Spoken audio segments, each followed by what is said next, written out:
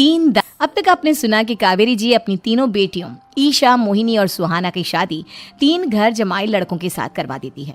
उन्हें लगता है कि ये लड़के शायद घर का कामकाज संभाल लेंगे, लेकिन उनके तीनों घर जमाई बहुत आलसी थे। वो नौकरी भी नहीं करते थे और बाहर का काम भी नहीं। कावेरी जी ने अपनी बेटियों से कहा कि वो प्रेगनेंसी का बहाना बनाकर अपने पतियों को सबक सिखाए। अब सुनिए आगे। मम्मी, आपने जैसा कहा था हमने वैसा ही किया, लेकिन देखिए ना, विवेक का हाल तो वैसा का वैसा ही है। घर में ना सुबह का नाश्ता बनता है और ना खाना। नौकरी पर जाने की बात करूं तो खाने को दौड़ते हैं मुझे। हाँ मम्मी, मैंने भी सुमित को कितनी बार कहा कि अगर नौकरी नहीं करनी तो कोई छोटी सी दुकान ही खोल लो। घर का खर्चा कैसे चलेगा? देखो दोपहर के 12 बजने आए और जनाब अभी तक सो रहे हैं। हाँ मम्मी, ईशा और सुहाना ठीक कहती हैं। अविनाश का भी यही हाल है। जब मैंने अपनी प्रेगनेंसी के बारे में कहा तो मुझसे कहने लगा, अरे दूसरी लड़कियां तो 9-9 महीने तक नौकरी करती है, बस डिलीवरी के टाइम छुट्टी लेती है। मोहिनी, तुम भी नौकरी करो। अब मुझे कहाँ नौकरी मिलेगी? मम्मी बताओ अब मैं क्या करूँ? हे भगवान, क्या सोचकर घर जमाई दामाद लाई थी मैं कि मेरी बेटियां मेरे पास रहेंगी और खुश रहेंगी, लेकिन इन आलसी दामादों ने तो हमारी जिंदगी को भी प्रॉब्लम में डाल दिया है। मैं तो कहती हूँ मम्मी, हम लोग वापस अपनी जॉब पर जाना शुरू कर देते हैं। बता देते हैं इन लोगों को कि हमने प्रेगनेंसी का बहाना किया है। नहीं नहीं बेटा, ऐसी गलती भी मत करना। अगर तुमने ऐसा किया तो इन तीनों की आदत और ख़राब हो जाएगी। अरे आज नहीं तो कल कभी तो तुम प्रेग्नेंट होगी, तब वापस यही प्रॉब्लम आएगी। तब क्या करोगी तुम तीनों? हाँ मम्मी, आपकी बात तो बिल्कुल सही है। इन लोगों को तो सुधारना ही पड़ेगा। लेकिन कैसे? अपने बच्चों के आने की खबर सुनकर भी इन लोगों पर कोई असर नहीं हो रहा। पैसे कमाने के लिए घर से बाहर निकलना ही नहीं चाहते ये तीनों।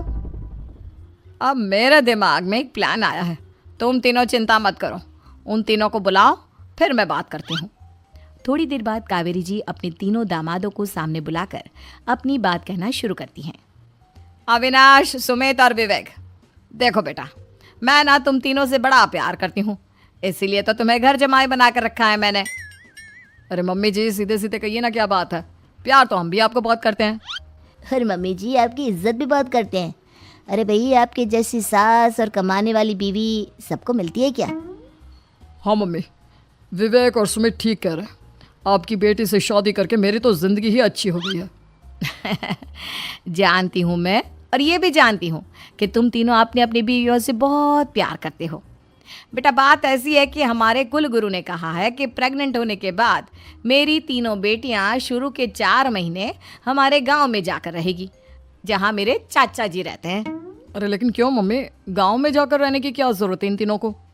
वो क्या है ना बेटा, हमारे परिवार को एक श्राप है। अगर मेरी बेटियों ने यहाँ पर बच्चा पैदा करने की कोशिश की तो उनके बच्चों को कुछ भी हो सकता है। इसलिए अब से लेकर 4 महीने पूरे होने तक इन्हें गाँव वाले घर में रहना पड़ेगा। हाँ तो इसमें प्रॉब्लम क्या है मम्मी जी? हम भी वहाँ जाकर रहेंगे, पिकनिक मनाएंगे। अरे भाई, बीवी जहाँ हम भी वहाँ। हाँ यार, आइडिया तो बहुत अच्छा है। शहर की ज़िंदगी में रह रहकर परेशान हो चुके हैं, अब कुछ दिन गांव में बिताएंगे। तुम लोग समझने की कोशिश क्यों नहीं करते? तुम में से कोई भी वहाँ नहीं जा सकता, और मैं यहाँ रहूँगी ना तुम तीनों के साथ। 4 महीने की तो बात है, उसके बाद ये तीनों ही लौट कर आ जाएंगी। ठीक है मम्मी जी, अब हमारे बच्चों का सवाल है तो ये तो करना ही पड़ेगा। कावेरी अपनी तीनों बेटियों को कुछ दिन के लिए घर से बाहर कहीं दूसरे शहर में रहने के लिए भेज देती है। कुछ दिनों के बाद, अरे मम्मी जी, बहुत दिन से पिज्ज़ा नहीं खाया, मंगवाइए ना। क्या बताऊं बेटा, पहले तो बेटियां खर्चा दे देती थी क्योंकि उनकी नौकरी थी, लेकिन अब तो मेरे पास पैसे ही नहीं बचे। थोड़े बहुत पैसे हैं जो बच्चों की डिलीवरी में काम आएंगे।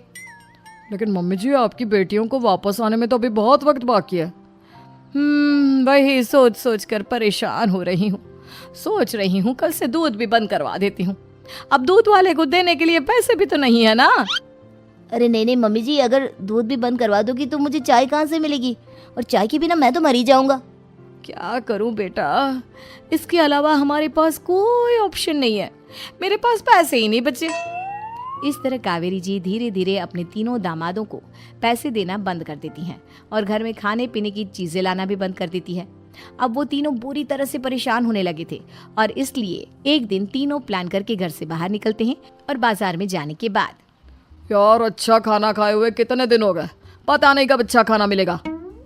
हमारी बीवियों के जाने के बाद तो हमारी हालत भिखारियों जैसी हो गई है यार। कुछ भी हो, मुझे तो आज पिज्ज़ा खाना ही खाना है। जेब में 1 रुपया नहीं और पिज्ज़ा खाएगा, कहाँ से आएंगे पैसे? अरे देख वहाँ सामने बोर्ड पर क्या लिखा हुआ है, कंप्यूटर पर काम करने के लिए एक आदमी की आवश्यकता है। भाई मैं तो जा रहा हूँ, काम करूँगा और शाम तक पैसे लाकर आराम से पिज्ज़ा खाऊंगा। जा जा, तुझे कोई काम नहीं देने वाला, हम तो घर जा रहे हैं। चल भाई सुमित। सुमित और अविनाश वहाँ से चले जाते हैं और विवेक उस कंप्यूटर शॉप पर सारा दिन काम करके 5,000 रुपये कमा कर घर लौट कर आता है और अपने खाने के लिए अच्छी अच्छी चीज़ें भी लेकर आता है। ये देखकर विवेक और सुमित के दिल में भी कुछ पैसे कमाने की इच्छा जागती है। अरे सुबह सुबह कहाँ चल दी है तुम? मम्मी जी एक बहुत अच्छी जगह मिली है, कंप्यूटर पर काम करने के 5,000 मिले थे कल मुझे। अगर रोज़ काम करूँगा तो पूरे 40,000 की तनख्वाह। अरे वाह, ये तो बहुत अच्छी बात है दामाद जी, आपको जाना ही चाहिए। सुमित और अविनाश विवेक को इस तरह तरक्की करते देखकर परेशान हो जाते हैं और वो दोनों भी काम की तलाश में निकल पड़ते हैं। धीरे धीरे उन दोनों को भी काम मिल जाता है। अब कावेरी के तीनों दामाद छोटी मोटी नौकरी करके अच्छा पैसा कमाने लगे थे। एक दिन कावेरी उन्हें अपने पास बुलाती है। अरे वाह, विवेक 40,000 कमा लेता है, अविनाश 60,000 और सुमित तुम भी 40,000 के आसपास कमा ही लेते हो। कुल मिलाकर तुम अच्छे खासे पैसे कमा रहे हो बेटा। हाँ मम्मी जी, बहुत मज़ा आता है जब महीने के एंड में मोटी रकम हाथ में आती है। पूछिए मत मम्मी जी, घर में रहकर रोटी बना बना कर और तो जैसा महसूस होने लगा था मुझे तो। हाँ बेटा, तुम तीनों की बात तो बिल्कुल ठीक है। और जानते हो, अब तुम तीनों की पत्नियां भी वापस लौट कर आने वाली है। लेकिन मम्मी जी अभी तो उन्हें गए सिर्फ 2 महीने हुए हैं, आपने तो कहा था वो 4 महीने के बाद लौट कर आएंगी। ऐसा कुछ नहीं है बेटा, मैं सिर्फ तुम तीनों को सबक सिखाना चाहती थी कि आदमी घर में बैठकर बीवी की कमाई खाता हुआ अच्छा नहीं लगता।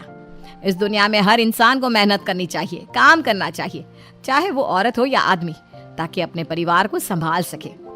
कावेरी की बात सुनकर उन तीनों को अपनी गलती का एहसास होता है और कावेरी उन्हें सच बता देती है कि ईशा, सुहाना और मोहिनी शहर में ही कहीं दूसरी जगह रह रहे थे।